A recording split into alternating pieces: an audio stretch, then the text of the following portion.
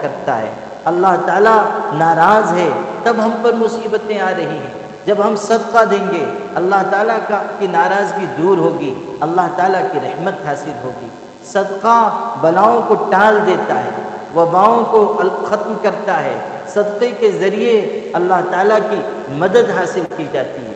صدقہ کرنا اور روزانہ کرنا اور گھر کے ہر فرد کی طرف سے کرنا، اس کی عادت ڈالیں۔ چاہے 10 روپیہ ہو، چاہے 20 روپیہ ہو، ہم گھر میں 10 افراد ہیں، 10 روپے ہر ایک کی طرف سے صدقہ ہوا، 100 روپے صدقہ کر دیجیے۔ روزانہ صدقہ کیجیے تاکہ اللہ تعالیٰ کی رحمت روز ہمیں حاصل ہو اور ہماری حفاظت رہے، خاندان کی حفاظت رہے، بچوں بچیوں کی حفاظت رہے۔ صدقہ اللہ تعالیٰ کی طرف سے آنے والی بلا کو روک دے گا، صدقہ مصیبت کو ٹال دے گا۔ صدقے کے ذریعے کتنی بلائیں ایسی جن کو ہم نہیں جانتے ہیں، اللہ تعالیٰ صدقے کی برکت سے ان کو ختم کر دیتا ہے۔ کتابوں میں ہے، ایک بوڑھی ماں تھی، دوپہر کا وقت تھا، وہ کھانے کے لیے بیٹھی، غریب تھی وہ بھی، اور کھانے کے لیے کچھ روٹی سبزی تھی۔ اس نے ایک لقمہ اٹھایا، منہ میں ڈال رہی تھی کہ دروازے پہ دستک ہوئی۔ پوچھا کون؟ اس نے کہا، باہر سے آواز آئی کہ فقیر ہوں، بھوکا ہوں، کھانے کے لیے کچھ دے دو۔ وہ بوڑھی خاتون کھانے بیٹھ چکی تھی، لقمہ اٹھا چکی تھی، لیکن اس نے یہ محسوس کر کے کہ بھوکا انسان آیا ہے اور مانگ رہا ہے، اس کو خالی ہاتھ لوٹانا ٹھیک نہیں ہے، اس نے اپنے آگے کا کھانا اور وہ لقمہ وہ سب اٹھا کر فقیر کو دے دیا اور وہ دعا دیتا ہوا چلا گیا۔ اس بوڑھی خاتون کا بیٹا، جوان بیٹا، سفر میں گیا ہوا تھا اور یہ ماں ہر دن اس کا انتظار کر رہی تھی۔ یہ واقعہ تو ہو گیا، چند دنوں کے بعد بیٹا لامبے سفر سے واپس لوٹ کر آیا۔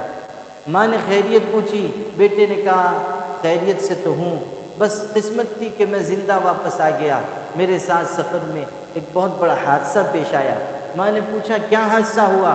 اس نے کہا کہ فلاں دن میں ایک گھنے جنگل سے گزر رہا تھا، اچانک ایک شیر دہاڑتا ہوا سامنے آ گیا اور وہ لپکا کہ مجھ کو نگل لے اور مجھ کو چیر پھاڑ ڈالے۔ اتنے میں ایک سفید کپڑا پہنا ہوا شخص نمودار ہوا، اس کے ہاتھ میں نیزہ تھا، اس نے اس نیزے سے اس شیر کو ہلاک کر دیا اور اس کے بعد پلٹا، مجھ کو دیکھ کر مسکرایا اور کہا یہ لقمہ اس لقمے کے بدل میں ہے، یہ لقمہ اس لقمے کا بدلہ ہے۔ یہ کہہ کر وہ چلا گیا، میں اس کی بات سمجھ نہیں سکا۔ ماں نے کہا کون سا دن تھا؟ اس نے بتایا تو یہ وہی دن تھا جب اس ماں نے اپنا کھانا، اپنا لقمہ ایک فقیر کو صدقہ کیا تھا۔ ماں نے کہا بیٹا ایسا ایسا واقعہ پیش آیا تھا، میں نے جو اللہ کے راستے میں دیا، اللہ نے اسی کے بدلے تیری جان کی حفاظت کی، اللہ نے تجھ کو محفوظ رکھا، تجھ کو صحیح سالم واپس لوٹا دیا۔ یہ چیز ہے کہ ہم اللہ کے راستے میں صدقہ دیں گے، غریبوں، مسکینوں اور فقیروں کو عطا کریں گے، اللہ ہماری حفاظت کرے گا، آل و اولاد کی حفاظت کرے گا، گھر بار کی حفاظت کرے گا، خاندان کی حفاظت کرے گا، مال و اسباب کی حفاظت کرے گا۔ اس لیے روزانہ پابندی کے ساتھ صدقہ دینے کی عادت ڈالیے۔ دعا مومن کا ہتھیار ہے، دعا مانگنا اور گڑ گڑا کر مانگنا، آنسوؤں کے ساتھ مانگنا، عاجزی کرنا، گناہوں پر ندامت کا اظہار کرنا، یہ بہت بڑی طاقت ہے مومن کی۔ دعا کے بارے میں حدیث میں کہا گیا لیس شیء اکرم علی اللہ من الدعاء، کوئی چیز اللہ کی نگاہ میں دعا سے بڑھ کر بزرگی اور عزت والی نہیں ہے۔ دعا تو عبادت کا مغز ہے، عبادت کا نچوڑ ہے۔ عبادت اور بندگی میں اصل چیز تذلل ہے، عاجزی ہے۔ الاصل فی العبادت التذلل والافتقار الی اللہ عز وجل۔ ہمارے مشائخ نے لکھا ہے کہ بندگی میں جو اصل چیز ہے وہ ہے عاجزی۔ جتنی عاجزی بڑھتی جاتی ہے عبادت مضبوط ہوتی جاتی ہے، اور دعا چونکہ عاجزی کا سب سے بڑھ کر اظہار ہے، اس لیے دعا کو عبادت کا مغز کہا گیا۔ جتنا مانگیں گے، جتنا تڑپ کر مانگیں گے، جتنا عاجزی کے ساتھ مانگیں گے، اتنی جلد اللہ تعالیٰ کی طرف سے قبولیت اترے گی۔ حدیث پاک میں کہا گیا تقدیر کو اگر کوئی چیز بدل سکتی ہے دعا ہے، تقدیر تک کو بدلنے کی طاقت اگر کسی عمل میں ہے وہ دعا میں ہے۔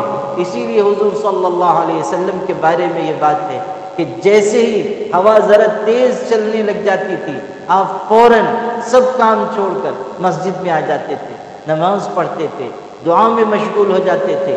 حضرت عائشہ نے ایک مرتبہ پوچھا، اللہ کے رسول ہوا ذرا تیز چلتی ہے، آپ گھبرا جاتے ہیں، مسجد میں آ جاتے ہیں، دعا مانگتے ہیں، نماز پڑھتے ہیں، ایسا کیوں؟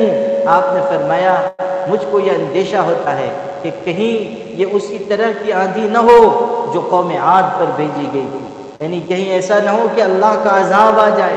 خدا تعالیٰ کے سب سے بڑے پیغمبر کا یہ حال ہے، تو ہمیں تو بہت زیادہ اللہ کی طرف رجوع کرنا چاہیے، ہمیں تو بہت زیادہ دعا مانگنی چاہیے، ہمیں تو بہت زیادہ اللہ کے آگے ہاتھ پھیلانا چاہیے۔ اسی کے ساتھ یہ بھی بہت ضروری ہے کہ ہم اللہ پر یقین کو مضبوط کریں۔ گھبرانے سے، متفکر ہونے سے، تشویش میں پڑنے سے، سوشل میڈیا پر آنے والی چیزوں کو پڑھ پڑھ کر خود اپنے آپ کو مغموم، رنجیدہ، محزون اور پریشان حال بنانے سے کام نہیں چلے گا۔ سب سے زیادہ یقین ہمارا اللہ کی ذات پر ہو اور ہم اپنے آپ سے فکر کو دور کریں، وہم کو دور کریں، تشویش کو دور کریں۔ یقیناً حالات ناسازگار ہیں، یقیناً حالات بحران کا شکار ہیں، یقیناً نفسی کا عالم ملک میں ہے، لیکن ہمارا یقین تو اللہ کی ذات پر ہے۔ ہم تو اللہ تعالیٰ پر بھروسہ رکھنے والی قوم ہیں۔ ہم یہ بات اپنے دل کی گہرائیوں میں بسا لیں کہ زمین کے سارے دروازے جب بند ہو جاتے ہیں تب بھی آسمان کا دروازہ کھلا رہتا ہے۔ اللہ کی مدد سب سے بڑھ کر ہے۔ اللہ تعالیٰ کی قدرت یہ ہے کہ وہ ایک سیکنڈ میں اس وبا کو ساری دنیا سے ختم کرنے کی طاقت رکھتا ہے۔ اللہ کی طاقت یہ ہے کہ اللہ کائنات کے ایک ایک ذرے پر غلبہ اور اقتدار رکھنے والا ہے۔ اس کا علم لامحدود ہے۔ ما تسقط من ورقۃ الا يعلمها ولا حبۃ في ظلمات الارض ولا رطب ولا يابس الا في کتاب مبین۔ کوئی پتا نہیں گرتا مگر اسے علم ہے۔ یعلم ما فی البر والبحر، خشکی تری میں کیا ہو رہا ہے سب وہ جانتا ہے، ایک ایک چیز پر اس کی نگاہ ہے۔ ان اللہ کان علیکم رقیبا، اللہ تم پر نگراں متعین ہے۔ اللہ نگرانی کر رہا ہے، نگہبانی کر رہا ہے، دیکھ رہا ہے، باتوں کو سن رہا ہے، تمام چیزوں کو جان رہا ہے۔ اور پھر اس کی قدرت ایسی ہے کہ وَأَنَّ اللَّهَ قَدْ أَحَاطَ بِكُلِّ شَيْءٍ عِلْمًا، ہر چیز کو اس کا علم گھیرے ہوئے ہے اور ہر چیز پر پوری قدرت اس کو حاصل ہے۔ وَاللَّهُ غَالِبٌ عَلَىٰ أَمْرِهِ، اللہ اپنے معاملات و مسائل پر اور اپنے فیصلوں پر غالب ہے۔ ساری کائنات میں اسی کا امر نافذ ہوتا ہے۔ تو اللہ تعالیٰ کی ذات پر ہماری نگاہ ہو، ہم یہ سمجھیں کہ کرنے والی ذات تنہا اللہ کی ہے، اور جب ہم اللہ سے رشتہ جوڑیں گے تو اللہ ہماری ہر بلا سے حفاظت کرے گا، ہر مصیبت سے حفاظت کرے گا۔ اگر بیمار ہو گئے ہیں تو اللہ سے شفا مانگیں، اللہ مدد کرنے والا ہے۔ پھر یہ بھی اپنے ذہن میں یہ بات بنائیں کہ جو مختلف قسم کے شکوک و شبہات پھیلائے جا رہے ہیں یا پھیل رہے ہیں، ہمیں ان سے اپنے آپ کو بچانا چاہیے۔ یہ مزاج اچھا نہیں ہے کہ ہر چیز میں سازش کا پہلو تلاش کیا جائے، یہ مزاج اچھا نہیں ہے کہ ہر چیز میں شک کیا جائے۔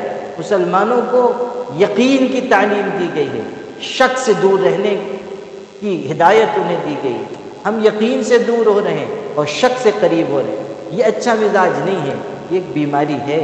اس بیماری کی حقیقت ہے۔ یہ اور بات ہے کہ بیماری کے آڑ میں اگر کچھ لوگ اپنے مفادات حاصل کر رہے ہیں یا کچھ لوگ سازش کر رہے ہیں، یہ بالکل دوسرا مسئلہ ہے، لیکن بیماری کی حقیقت ہے۔ بیماری پھیل چکی ہے، بیماری سے مقابلہ کرنا ضروری ہے، بیماری کا علاج کرنے کا حکم ہمیں ہوا ہے، احتیاط کرنا ہمیں سکھایا گیا ہے۔ یہ جو لاک ڈاؤن لگایا جا رہا ہے اور جس کو دنیا اپنا ڈھونڈا ہوا حل سمجھ رہی ہے، یہ تو ہمارے آقا صلی اللہ علیہ وسلم نے بتایا تھا کہ کہیں وبا پھیل جائے تو کوئی شخص وہاں سے باہر نہ جائے، اور کہیں وبا پھیلی ہوئی ہے وہاں سے کوئی دوسرا شخص ادھر نہ آئے۔ یہ تو ہمیں 1400 سال پہلے سکھا دیا گیا کہ وبا کو محدود کر دینے کا ذریعہ یہ ہے کہ لوگ وبا کی جگہ سے باہر نہ نکلیں اور نئے لوگ وبا کی جگہ نہ آئیں۔ یہ تو ہمیں سکھایا گیا، ہمارے آقا نے تعلیم دی ہے۔ جو احتیاطیں آج بتائی جا رہی، ہاتھ دھلا جائے اور پاکی اور صفائی حاصل کی جائے، یہ تو ہمارے دین کی بنیادی تعلیم ہے۔ ایک مسلمان 5 مرتبہ وضو کرتا ہے، بلکہ جو لوگ باوضو رہنے کے عادی ہیں دن بھر، وہ تو 10 مرتبہ 12 مرتبہ 7 8 مرتبہ وضو کرتے ہیں، ہاتھ پیر دھلتے ہیں، صاف شفاف رہتے ہیں۔ پاکیزگی تو ہمارے دین کی بنیادی تعلیم ہے۔ بار بار ہاتھ دھلنا، پاک رہنا، صاف رہنا، یہ اس پر اگر ہم عمل کریں گے تو احتیاط کی وجہ سے وبا سے ہم دور رہ پائیں گے۔ ذرا سا بھی اگر ہمیں شک ہو کہ وبا کا کوئی اثر ہو رہا ہے، فوراً علاج کی کوشش کیجیے۔ یہ نہ ہو کہ آپ علاج میں تغافل برتیں، جب زیادہ تکلیف بڑھ جائے پھر علاج کے لیے جائیں، ہرگز نہیں۔ ذرا سا بھی اندازہ ہو کہ تکلیف ہو رہی ہے، فوراً علاج کیا جائے، گھر میں بھی نظر رکھی جائے، کہیں کسی کو ذرا تکلیف ہو فوراً علاج کا اہتمام کیا جائے۔ حضور صلی اللہ علیہ وسلم نے علاج کی رہنمائی فرمائی ہے۔ جان بچانا، اس کو اللہ کے پاک رسول صلی اللہ علیہ وسلم نے ضروری قرار دیا ہے۔ جان ہمارے پاس اللہ تعالیٰ کی امانت ہے، یہ جان خدا کا عطیہ ہے، اور خود اپنے آپ کو ہلاکت میں ڈالنا اس سے روکا گیا ہے۔ لا تقتلوا انفسکم، اپنے آپ کو ہلاکت میں نہ ڈالو۔ اس لیے اس وقت جو احتیاط ہو سکتی ہے، جو پرہیز ہو سکتا ہے، اسے ہمیں اختیار کرنا چاہیے۔ لوگوں سے فاصلے پر رہیں، اگر مسجد میں جا رہے ہیں تب بھی ماسک پہننے کا اہتمام کریں۔ اگر بیماری کے اثرات پیدا ہو گئے ہیں تو مسجد نہ جائیں، تاکہ دوسرے لوگ بیماری سے محفوظ رہ سکیں۔ اور جو احتیاط بتائی گئی ہے اس کو عمل میں لانا ضروری ہے۔ اگر ہم اس پر عمل کریں گے تو انشاءاللہ بہت حد تک وبا سے ہم محفوظ رہیں گے۔ اور جو شرعی رہنمائی ہے، توبہ، استغفار، صدقہ خیرات، ذکر الہی، صبح شام کی مسنون دعائیں، حضور صلی اللہ علیہ وسلم نے حضرت انس کو دعا سکھائی کہ یہ دعا پڑھ لو گے تکلیفوں سے محفوظ رہو گے۔ بسم اللہ الذی لا یضر مع اسمہ شیء فی الارض ولا فی السماء وهو السمیع العلیم۔ اس دعا کو صبح شام 3 دفعہ پڑھا جائے۔ حضرت انس والی دعا، جو دعائے حضرت انس کہلاتی ہے، یہ حرز انس کہلاتی ہے، اس دعا کا اہتمام کیا جائے۔ صبح شام 1 دفعہ پڑھنا ہے۔ ہر بلا سے، مصیبت سے، ناگہانی آفتوں سے حفاظت ہوتی ہے۔ حضور صلی اللہ علیہ وسلم نے ہمیں قرآن مجید جیسی بڑی نعمت عطا کی، جس میں روحانی بیماریوں سے بھی شفا رکھی ہے، اور جسمانی بیماریوں سے بھی اللہ تعالیٰ نے اس میں شفا رکھی ہے۔ اگر ہم قرآن پاک کے ذریعے شفا حاصل کریں، سورہ فاتحہ کا ورد ہو، سورہ اخلاص کا ورد ہو، چاروں قل پڑھا جائے، یا قرآن مجید کی آیات شفا، 6 مقامات پر آیات ہیں جن میں شفا کا لفظ آیا ہے، ان آیات کو اگر پڑھا جائے، بار بار پڑھا جائے، پڑھ کر پانی میں دم کیا جائے، اس کو استعمال کیا جائے، اس سے حفاظت ہوگی۔ اسی طرح وباؤں کے دفعے کے لیے بزرگوں نے یہ بتایا ہے کہ قرآن پاک کی اس ایک آیت کے اس ٹکڑے کو ورد کے طور پر پڑھا جائے۔ یا اہل یثرب لا مقام لکم فارجعوا، یا اہل یثرب لا مقام لکم فارجعوا۔ یہ چھوٹا سا ٹکڑا ہے قرآن پاک کی آیت کا، اسے اہتمام سے پڑھا جائے۔ 41 دفعہ پڑھنے، کبھی موقع ہو تو 125 دفعہ پڑھنے، ہر فرض نماز کے بعد چند دفعہ اس نیت سے پڑھنے کہ اللہ اس کی برکت سے وبا کو ہمارے گھر سے، ہماری بستی سے، ہمارے شہر سے دور فرما دے۔ یا اہل یثرب لا مقام لکم فارجعوا۔ اس کے علاوہ حضور پاک صلی اللہ علیہ وسلم نے ایک چھوٹی سی دعا سکھائی ہے، اعوذ بکلمات اللہ التامات من شر ما خلق۔ کتنی جامع دعا ہے کہ اللہ جتنی چیزیں تو نے پیدا کی ہیں ان تمام کے شر سے میں آپ کی پناہ حاصل کرتا ہوں۔ یقین کے ساتھ پڑھا جائے کہ اعوذ بکلمات اللہ التامات من شر ما خلق۔